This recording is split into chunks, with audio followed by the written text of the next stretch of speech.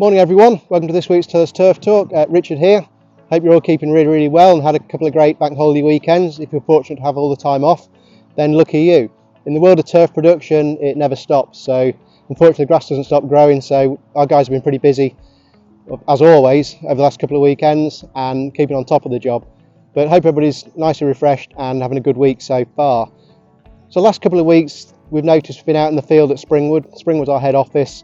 So we're looking at a bit of harvesting there. Last week we're seeing that field was nearly empty. So what happens next? Well, that field now has been subsoiled, so it's been deep ripped to break up any sort of subsoil compaction. Obviously during the production process, 12 months to 18 months of tractors going over there with mowers, hoovers, sprayers, fertiliser spreaders, harvesters, etc. So that subsoil now will take that ground compaction out before we finish final cultivations and reseed it again, ready for another sort of 12-18 months time.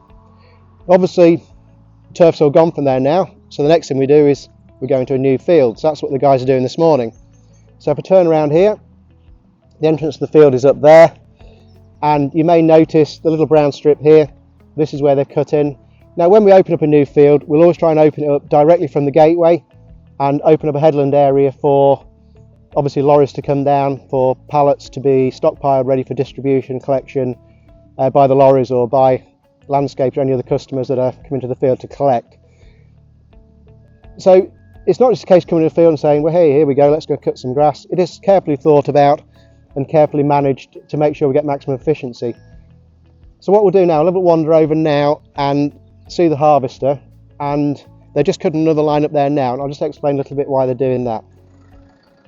So as we walk over, I must just say just what fantastic condition this field is in, as all our turf fields are at the moment. The recent fertilisers we've applied, coupled up with the natural rainfall, I think we're on the 11th of May now, and we've still not really started irrigating with any kind of a vengeance, which is fantastic, and can't beat natural rainfall. You put all the irrigation on in the world, but what comes from the skies is always better. It's full of the minerals, it's a nicely slightly acidic rain, absolutely perfect for turf to thrive and grow. So really grateful for that. So we'll just pop over now and we'll have a quick look at the harvester.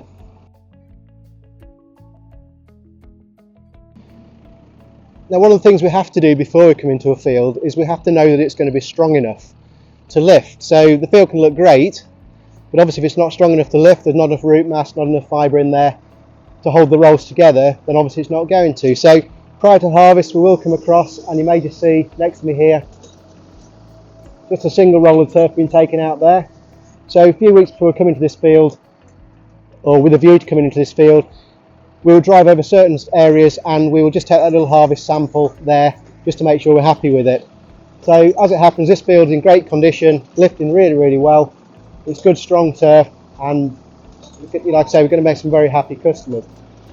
So if we look behind me now, there's lots of things we have to consider when coming into a new field. As I mentioned earlier, the access, the place for the lorries to come, to stockpile, to load, to unload, so we're not driving all over the harvestable turf. Now if we look behind me now, we've got the harvester going, and he's starting to cut a bit of a corner off here. So you may well be thinking, why are you doing that? Why are you not just carrying on? There's lots of other things to think about when we're harvesting too. And the consideration here is irrigation. What we don't want are loads of awkward bits and pieces, awkward corners of the field. So what they're doing at the moment, the line they're cutting out is in alignment with one of the irrigation valves. So if, like I say, we've been really lucky with the weather recently that we're not having to irrigate too much, but if irrigators do need to come out, then obviously the field is mapped out in a way that we're not wasting time, water, by watering tiny little inaccessible areas that just make it awkward for everybody. So it is a big field, this one, as you can see, so we have to be as efficient as possible.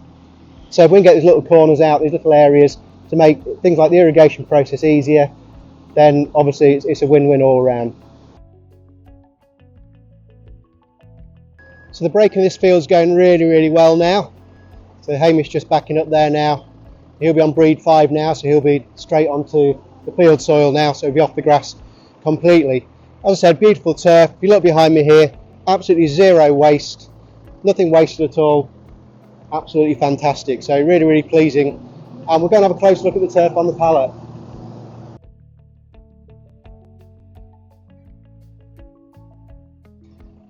the final stage in the process before the lorries and the landscapers or anybody else coming to collect the turf is just to wrap them up and make them stable. You know, we don't want these things going down the road, falling off the trailer or anything else, or falling on anybody. So they're wrapped around now. Dave's over my shoulder here doing that. So these are all nice and secure, nice stable on the pallet and safe to collect. Fantastic. Well, thanks for watching everybody, and hopefully that's given you a little insight into some of the thought process we have to go through when we're breaking into a new field. This isn't a simple case of just going through the gate and going, well, hey, let's go. It has to be thought about, and like I've said earlier, we've got to think about future irrigation, future fertiliser applications. There's no point in putting a fertiliser spreader down an area that's 2 metres thick or 2 metres wide. So we're thinking all the time about maximum efficiency of keeping this crop going forwards. Now, yes, the turf doesn't stay in these fields very long. I would suggest this field we're going to be out of here in 2 to 3 weeks. But during that time, as I say, there will all these other operations. It's absolutely boiling hot today, so there is a chance we may have to irrigate maybe by next week sometime. So we've got to think about all these things and put these systems in place anyway. So it's, as I say, it's a carefully thought thing, you know, from the production managers, the harvest team, the harvest manager, where we have to just carefully evaluate where we're going, where we're going to start, and just think about which way we're going to go in. So it's been lovely out here this morning. So just to finish off, I just want to thank you all for watching. Please continue to do all the good stuff for us, sharing, liking, retweeting, help us to grow the channel. Subscribe to Tillers Turf TV on YouTube if you haven't already. It doesn't cost anything, and you'll be alerted to our videos each and every week. By all means, if you're new to the channel, take a look at the back catalogue, lots of interesting stuff there, and we look forward to making another one next week. Have a great weekend, everybody. Cheers for now.